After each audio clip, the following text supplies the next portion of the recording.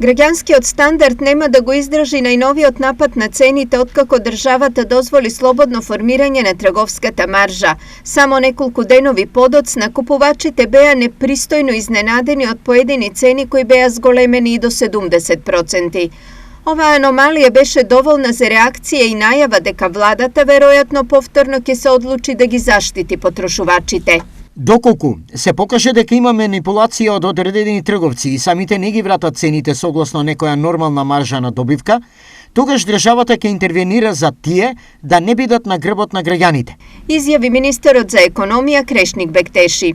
За граѓаните државата воопшто и не требаше цените да ги одмрзнува. Требаше да бидат заврзати стабилни цени, да нема секој ден мењање на цени преку ноќ. Што е се? Вече стенди са бајле 2 денара горевото. Утре па 2 денара. Народот веќе не може да издржи. Тешко е многу за пензионерите, за нас многу е тешко. За нас премијата се многу мали и тежок период. Дека поедини трговци ја искористиле првата прилика за поголем профит, коментар имаше и вице-премиерот за економски прашања Фатмир Битики.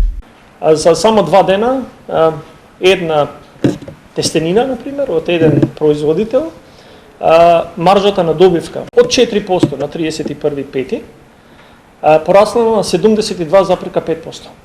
Тоест, граѓаните плаќаат 68% повисока маржа на добивка за тестенина. Овие злоупотреби на економската криза и потрошувачите се причина и за реакција и на организацијата на потрошувачи. Се надеваме дека ќе има поголема контрола од државен инспекторат, ќе се контролираат овие трговци како во продажбата, така и во производствениот процес, да се утврди зошто некој трговец тргнал кон тоа да ги зголеми цените, иако законски не сме тоа да го направи, особено не во оваа криза, и тоа на основните продукти. Во насока на смирување на трговско-потрошувачката тензија, за во четврток се најавени состаноци со стопанските комори и сектори со трговци на големо и на мало и со производители на основни прехранбени производи.